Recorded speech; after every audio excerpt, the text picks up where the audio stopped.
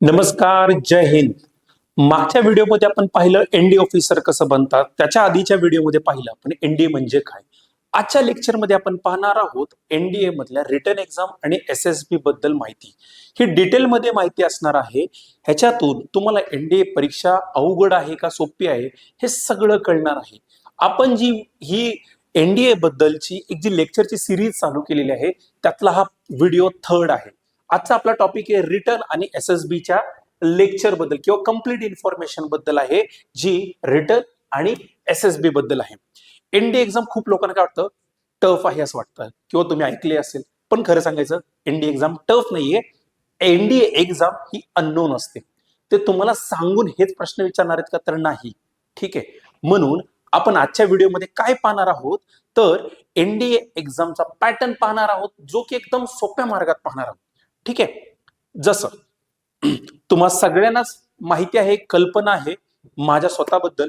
Me UPSC through as an assistant commandant म्हणून माझं selection झालंय. गेल्या 12 वर्षापेक्षा जास्त मी विद्यार्थ्यांना मार्गदर्शन करत आहे.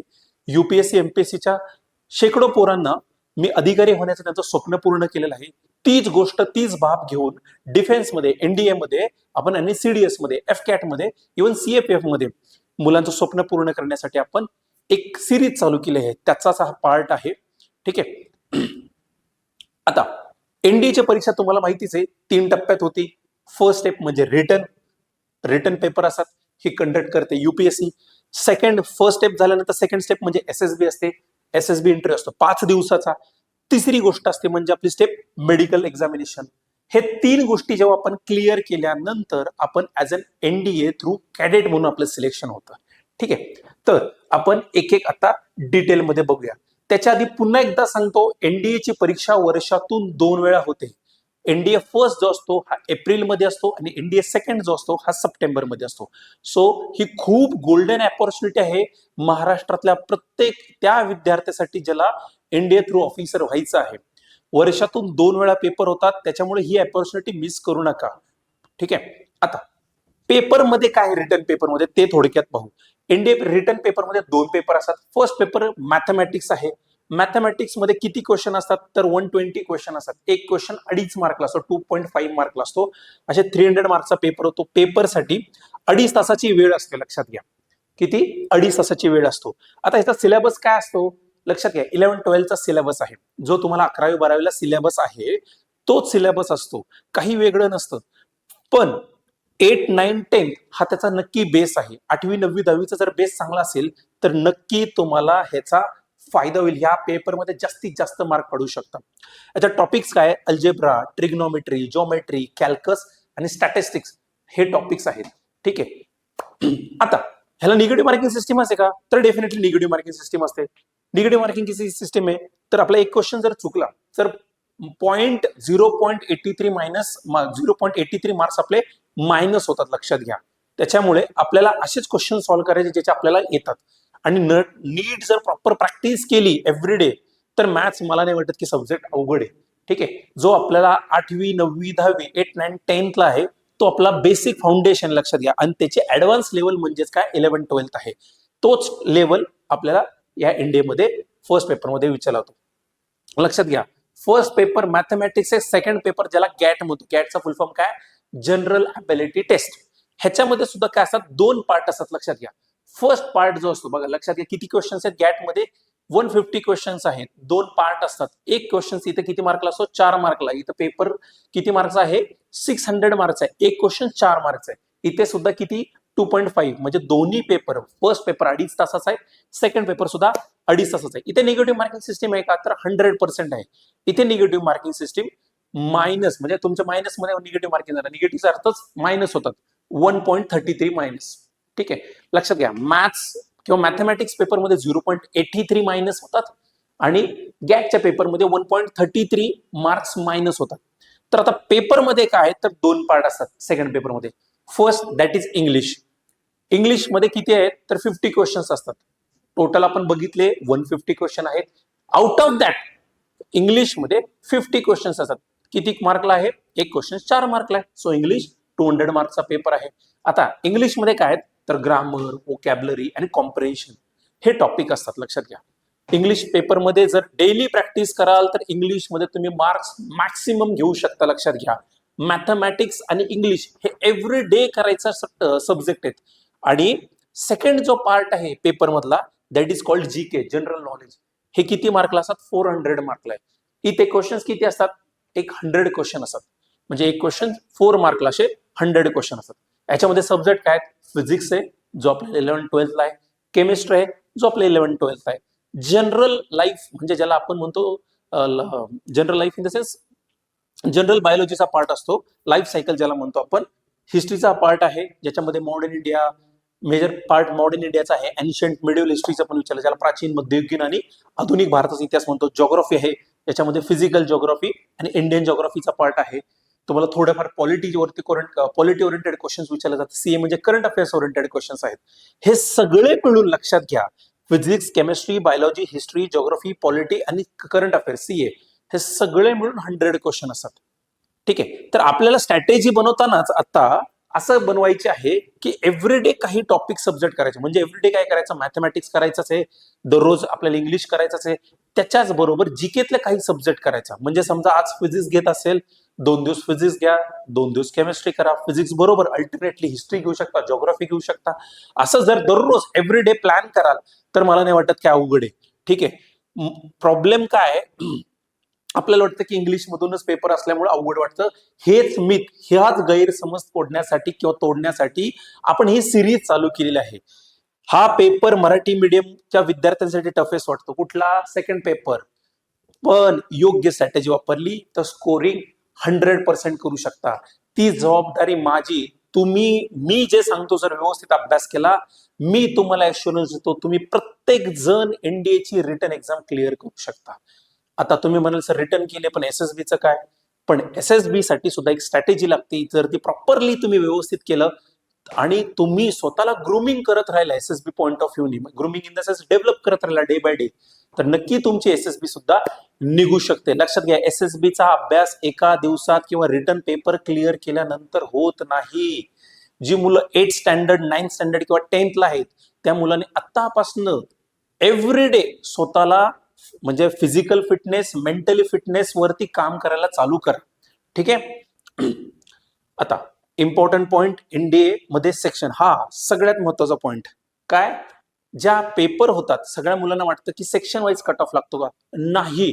मी परत सांगतो, दोन्ही पेपर मिळून, दोन्ही पेपर म्हणजे सेकंड पेपर 600 मार्काला आहे आणि फर्स्ट पेपर आहे 300 मार्काचा आहे. ठीक आहे. हे दोन्ही पेपर मिळून आपल्याला 900 मार्काचे रिटर्न पेपर असते.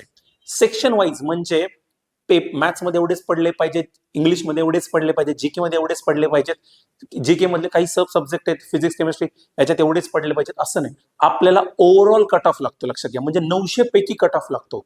आता आपण मागच्या 5-10 वर्षाचे जर कट ऑफ काढले, तुमचे 900 पैकी एक 350 ते 380 पर्यंत कट ऑफ आहे. म्हणजे आउट ऑफ 900 आपल्याला जर 300, 350 ते 380 मार्क्स पडायचे आहेत, जर आपल्याला मार्क्स किती पडायचे? 38 to 40% मार्क्स पडायचे मित्रांनो. जर तुम्ही रिटर्न क्लिअर करू शकला, तुम्हाला खूप चांगला चान्स आहे, जो की आपण म्हणतो एसएसबी, सर्व्हिस सिलेक्शन बोर्ड. सब कुछ सच बोलला, सर्व सत्य बोलायचं. आता एसएसबी म्हणजे काय? लक्षात घ्या, एसएसबी मधला सगळा पार्ट तुम्ही किती प्रिपेअर करा, सगळ्या गोष्टी अननोन असतात, तुम्हाला सांगून केल्या जातात का? तर नाही.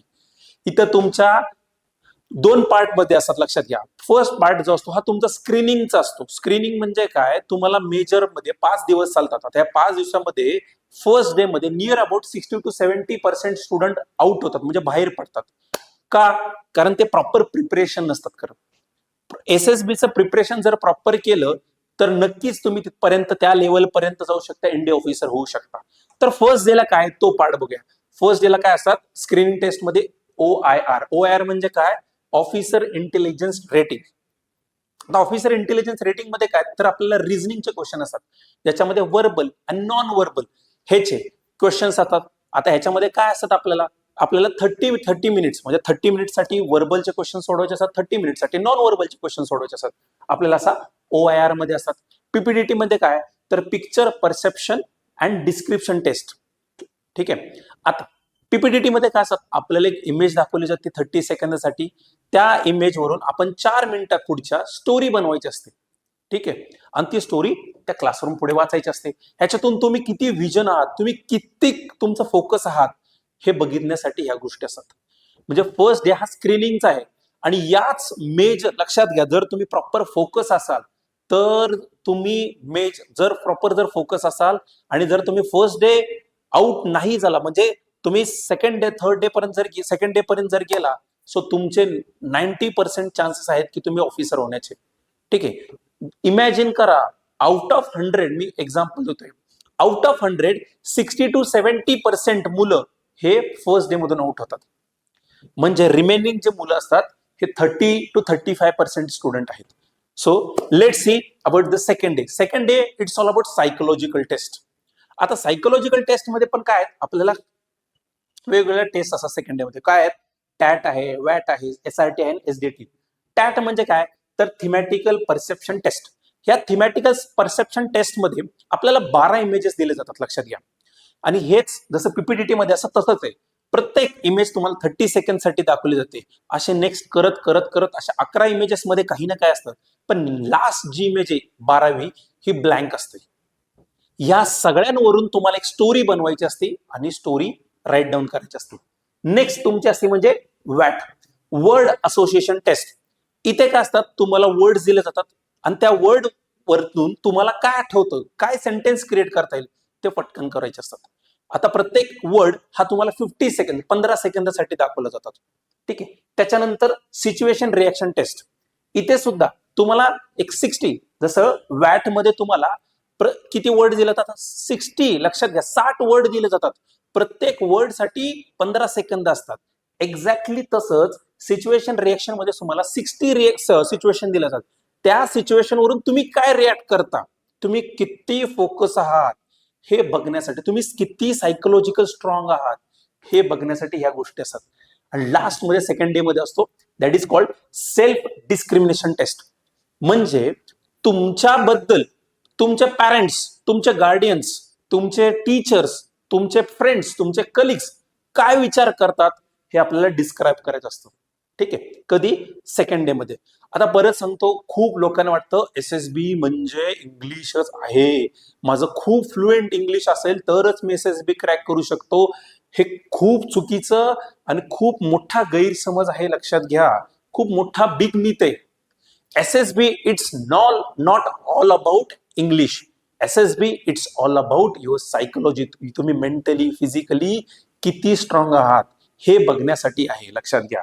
म्हणजे तुमच्याकडं त्या ऑफिसर लाईक क्वालिटीज असतील तर तुम्ही SSB मध्ये पास होऊ शकता. SSB म्हणजे इंग्लिश नाही, पुन्हा पुन्हा सांगतोय. तुम्ही सिंपल इंग्लिश मध्ये सुद्धा जरी स्वतःला प्रेझेंट केलं तरी सुद्धा तुम्ही SSB क्लिअर करू शकता. ठीक आहे, नेक्स्ट पार्टकडे जाऊ, ज्याला म्हणतो आपण थर्ड, फोर्थ आणि फिफ्थ डे. थर्ड फोर्थ मध्ये काय असतात लक्षात घ्या. जसं आपण सेकंड डेला काय फर्स्ट बघितलं आपण स्क्रीनिंग टेस्ट, सेकंड डे बघितलं आपण सायकोलॉजिकल टेस्ट. थर्ड फोर्थ मध्ये काय असतात, आपण ऍज अन कमांडिंग ऑफिसर असतो, लक्षात घ्या. ठीक आहे, म्हणून आपल्याला इथे जे असतात हे ग्रुपमध्ये टास्क असतात, म्हणून त्यालाच नाव दिलं तर GTO, ग्रुप टास्क ऑफिसर. आता तुम्हाला काय असतात, पहिल्या GTOच्या थर्ड डे मध्ये ग्रुप डिस्कशन. इथं ग्रुप डिस्कशन मध्ये काय झालं, तुम्हाला बॅक टू बॅक 2 टॉपिक दिले जातात आणि तुमचा जो ग्रुप क्रिएट केलेला आहे त्या ग्रुपमध्ये तुम्ही 15 ते 20 मिनिटात एक ग्रुप, म्हणजे एक जो डिस्कस करायला टॉपिक दिलाय तो झाल्यानंतर लगेच दुसरा काय करायचा आहे, डिस्कस करायचा असतो ग्रुपमध्ये. मग ह्याच्यामध्ये तुमची लर्निंग ॲबिलिटी किती आहे, कारण खूप वेळा मी बघितले ग्रुप डिस्कशन मध्ये मुलं एकमेकाच्या वरती हवी होतात. ग्रुप डिस्कशन मध्ये एक चांगल्या लीडरची गोष्ट काय, ऐकून घेण्याची कॅपॅसिटी. तो किती शांततेने ऐकतोय, नंतर स्वतःच्या म्हणजे माझा जेव्हा टर्न येईल तेव्हा मी कसं एक्सप्लेन करतोय तो पण प्रॉपर वेने, हार्शली नाही किंवा एकदम मोठ्या आवाजात बोलून सांगायचंय का तर नाही. एक चांगला लीडरची हीच क्वालिटी आहे, लोकांना समजून घ्यायचंय आणि आपल्याला आपलं म्हणणं मांडायचंय. हे बघण्यासाठी ग्रुप डिस्कशन असतं. मग त्याच्यामध्ये तुमच्या ग्रुप, तुम्ही जो कमांडिंग ऑफिसर आहात, मग तुम्ही ग्रुपमध्ये काम कसं करता, त्याच्यानंतर म्हणजे ग्रुप प्लॅनिंग एक्सरसाइज मध्ये कसं करता, प्रोग्रेसिव्ह ग्रुप टास्क मध्ये कसं करता, हाफ ग्रुप टास्क मध्ये कसं करता. फोर्थ डे मध्ये तुम्हाला कमांडिंग टास्क असतो. म्हणजे काय असतात, तुम्ही ऍज अन कमांडर आहात, आणि तुम्ही तुमच्या ग्रुपला सांगता की काय हा टास्क कसा कम्प्लीट करायचा. ठीक आहे, जसं आपण हे जीपी, पीजीटी, एचईटी मध्ये कसं तुम्हाला एक टास्क दिला जातो, तुम्ही ऍज अन लीडर आणि सगळेजण मिळून तो टास्क कसा with the help of map कसं कम्प्लीट करता, ह्या गोष्टी बघितल्या जातात. आणि 4 डे मध्ये लास्ट टॉपिक असतो, म्हणजे लास्ट गोष्ट असते, म्हणजे तो टास्क असतो म्हणजे लेक्चरेट. आता या लेक्चरेट मध्ये तुम्हाला 4 टॉपिक दिले जातात, त्यातला तुम्हाला एक चूज करायचा आहे आणि सगळ्या ग्रुप पुढे तो टॉपिक तुम्हाला एक्सप्लेन करायचा आहे, सांगायचा आहे. ठीक आहे, आता तुम्हाला हे टॉपिक माहिती असतात का, तर बिलकुल नाही, रॅन्डम टॉपिक असतात. लक्षात घ्या, ह्याचा काय बघितलं जातं, तुम्ही सोशली किती ऍक्टिव्ह आहात, तुम्हाला जगात काय चालू आहे हे किती माहिती आहेत आणि त्याच्याबद्दल तुमचा काय व्ह्यू आहे, हे लेक्चरेट मध्ये बघितलं जातं. 4 डे नंतर लास्ट डे असतो म्हणजे 5th डे, त्याच्यामध्ये असतं तुमची इंटरव्ह्यू. याच्यामध्ये तुमची पर्सनल इंटरव्ह्यू असते. लक्षात घ्या, पर्सनल इंटरव्ह्यू होती. पर्सनल इंटरव्ह्यू नंतर कॉन्फरन्स. इथं कॉन्फरन्स मध्ये लक्षात घ्या, कॉन्फरन्स मध्ये हा सगळ्यात महत्वाची गोष्ट आहे. काय, इथं सगळे कमांडिंग ऑफिसर असतात. लक्षात घ्या, आणि तिथे तुम्हाला स्वतःला प्रेझेंट करायचं आहे. ठीक आहे, जसं मी म्हणलं फर्स्ट डे खूप इम्पॉर्टंट आहे, तसाच लास्ट डे तेवढाच इम्पॉर्टंट आहे. जर तुम्ही हे जर कंप्लीट केलं तर तुम्ही ऑलमोस्ट ऑफिसर झालाच म्हणून समजून घ्या. ठीक आहे, पुन्हा एकदा सांगतो मी, SSB it's not all about English. SSB it's all about officer like quality. OLQ आपल्याला काय करायचंय, ऑफिसर कसा विचार करतो तसे विचार करण्यासाठी डेव्हलप व्हायचंय. NDA ची परीक्षा ही 12th बेसवर आहे. आपल्याला स्वतःला त्या लेवल पर्यंत थोडं घेऊन जाऊ शकलो तर ही परीक्षा 12th बेसवर असल्यामुळे काय, एवढी त्याची लेवल एवढी नाहीये जास्त. लक्षात घ्या, जशी की CDS ही ग्रॅज्युएशन बेसवर परीक्षा आहे, त्याच्यामुळे त्याची लेवल नक्कीच जास्त आहे. ठीक आहे, त्याच्यामुळे इंग्लिशचं टेन्शन घेऊ नका. तुम्ही मराठी इंग्लिशमध्ये आपलं प्रिपरेशन करूनच घेणार आहे तुमचं, ते माझं काम राहिलं, पण मी सांगल तेवढं दररोज टास्क कम्प्लीट करायला गरजेचं आहे.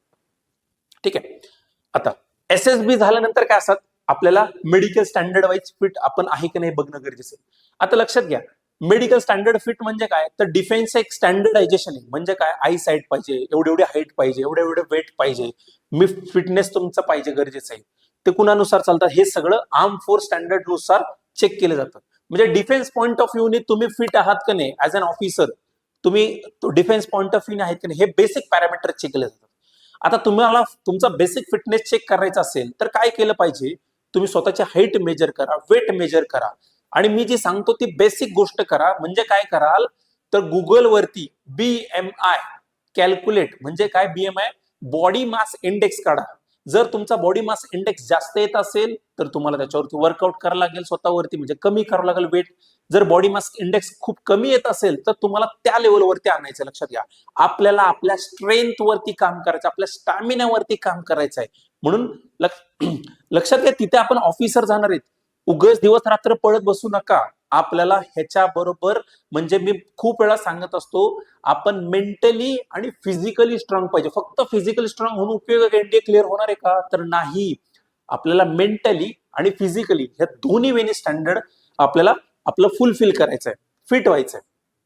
ठीक आहे, जो तुमचा गैरसमज प्रत्येक वेळी सांगत असतो, इंग्लिश काही टेन्शन घेऊ नका, ह्याच पॉइंट ऑफ व्ह्यूने आपण जी सिरीज चालू केलेली आहे मराठी प्लस इंग्लिश, ह्या बायलिंग्वल मध्ये जर तुम्ही प्रिपेअर कराल तर ही तुमचा NDAचा प्रिपरेशन अगदी सोप्या इफेक्टिव्ह मध्ये होऊन जाईल. त्याची जबाबदारी माझी. ठीक आहे, आता NDA सक्सेसफुल होण्याच्या काही मी पॉइंट्स काढलेत. त्यातले म्हणजे काय, 2 गोष्टी आहेत. पहिली गोष्ट म्हणजे काय, रिटर्न पेपर क्लिअर व्हायला पाहिजे, आणि SSB. आता रिटर्न मध्ये काय, 2 पेपर आहेत, तुम्ही बघितलंच आता. फर्स्ट काय, आपलं मॅथ्स स्ट्रॉंग करायचं. खूप मुलांचं मॅथ्स वीक असतं, त्यांना आत्ता सांगतो, तुम्हाला NDA ची परीक्षा क्रॅक करायची, विदाउट मॅथ्स तुम्ही NDA ची एक्झाम क्रॅक करू शकणार नाही. ठीक आहे, जर मॅथ्स वीक असेल तर मॅथ्सच्या बेसिक वरती, पायावरती काम करा. लक्षात घ्या, 8, 9, 10च्या स्टुडंट जे आत्तापासून प्रिपेअर करत असताल तर तुमच्यासाठी तर बेस्ट वे, तुम्ही आत्ताच जे जे बेसिक्स तुमचे वीक आहे त्याच्यावरती काम करा. जो मुलगा 10th ला आहे, 11th ला आहे, त्यांनी आता जेवढे वेकेशनचे पिरियड भेटतील त्याच्यावरती स्वतःच्या वरती काम करा, बेसिक स्ट्रॉंग करून घ्या. जर स्ट्रॉंग मॅथ्स बेस असेल तर तुम्हाला सोपं पडेल. ठीक आहे, सेकंड थिंग, गॅटचं प्रिपरेशन. म्हणजे तुम्हाला काय सांगितलं, 2 पार्ट आहेत गॅटमध्ये.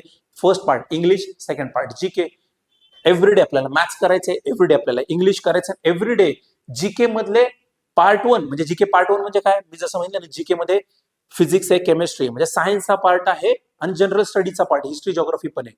मग काय करायचं, फिजिक्स बरोबर एखादा सब्जेक्ट घेऊ शकता, लाईक जॉग्राफी फिजिक्स 2 दिवस झाले की केमिस्ट्री करा 2 दिवस, केमिस्ट्री बरोबर तुम्ही हिस्ट्री वाचू शकता 1 दिवस, बायोलॉजी करा, बायोलॉजी बरोबर पॉलिटी वाचा आणि एव्हरीडे न्यूजपेपर वाचायची सवय लावा. हे 2-3 गोष्टी व्यवस्थितरित्या केला तर नक्कीच तुम्ही एनडीए एक्झाम आरामात क्रॅक करू शकता. ठीक आहे.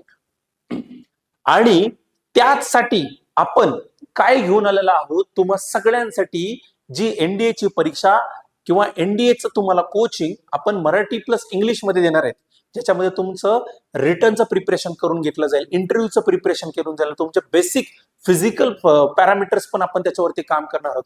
तुमची ओव्हरऑल डेव्हलपमेंट घडून आणण्यासाठीच आपण तुम्हाला एनडीए ची कोचिंग मराठी प्लस इंग्लिश मध्ये घेऊन आलो आहोत. पण आता ह्याच्यासाठी काय केलं पाहिजे, ह्याच्यासाठी आपण एक टेस्ट घेतो. पर्पज एवढाच आहे की त्या महाराष्ट्रातल्या कानाकोपऱ्यातल्या मुलगा जो बसलेला आहे, जो मराठी मीडियम मधून आहे किंवा सेमी इंग्लिश मधून आहे किंवा महाराष्ट्र स्टेट बोर्ड मधून शिकलेला आहे, ज्या मुलाला वाटतं की मला डिफेन्स परीक्षा अवघड आहे किंवा डिफेन्स साठी प्रिपरेशन करायचं पण परीक्षा अवघड आहे वाटतं, पण माझी जिद्द आहे, तर त्या मुलासाठी आपण काय घेऊन आलो आहे, Chhatrapati Shivaji Maharaj NDA scholarship test 2026. ही परीक्षा 2 वेळा होणार आहे. ज्या मुलांना पहिल्यांदा देता येत नाही त्यांनी दुसऱ्यांदा देणं गरजेचं आहे, म्हणजे दुसऱ्यांदा देऊ शकतात. पहिली परीक्षा होणार आहे 5 एप्रिल 2026 रोजी. ह्यावेळी जर देता आली नाही तर तुम्ही 10 मे 2026 रोजी देऊ शकता. ठीक आहे. याच परीक्षेचा रिझल्ट लगेच मे मध्ये लागणार आहे आणि लगेच बॅच 1 जून 2026 रोजी सुरू करणार आहे. आपला पर्पज एवढाच आहे, महाराष्ट्रातल्या मराठी मुलांना जास्तीत जास्त एनडीए मध्ये सिलेक्ट करून ऑफिसर करायचं आहे. ठीक आहे. याच्यासाठी आम्ही तयार आहोत, तुम्ही तयार आहात का ते सांगा. ठीक आहे. आज आपण लेक्चरमध्ये एक ओव्हरलुक दिलं रिटर्न बद्दल आणि एसएसबी बद्दल डिटेल माहिती बघितली. नेक्स्ट व्हिडिओमध्ये आपण जी सिरीज चालू केली आहे त्याच्यामध्ये आपण पाहणार आहोत एनडीए ची एलिजिबिलिटी, ज्याच्यामध्ये एज, एज्युकेशन क्वालिफिकेशन आणि मेडिकल बेसिक बघणार आहोत, लक्षात घ्या. ठीक आहे. हा व्हिडिओ जर तुम्हाला आवडला असेल तर नक्की लाईक करा, शेअर करा, सबस्क्राईब करा. जर तुमचे काही कमेंट्स असतील किंवा तुम्हाला आमच्याकडून अजून काही गोष्टी पाहिजे असतील तर नक्कीच आपल्या ह्या नंबरवरती तुम्ही कॉल करू शकता, मेसेज करू शकता किंवा व्हिडिओच्या खाली तुम्ही मेसेज करू शकता. टिल देन, जय हिंद, थँक्यू व्हेरी मच.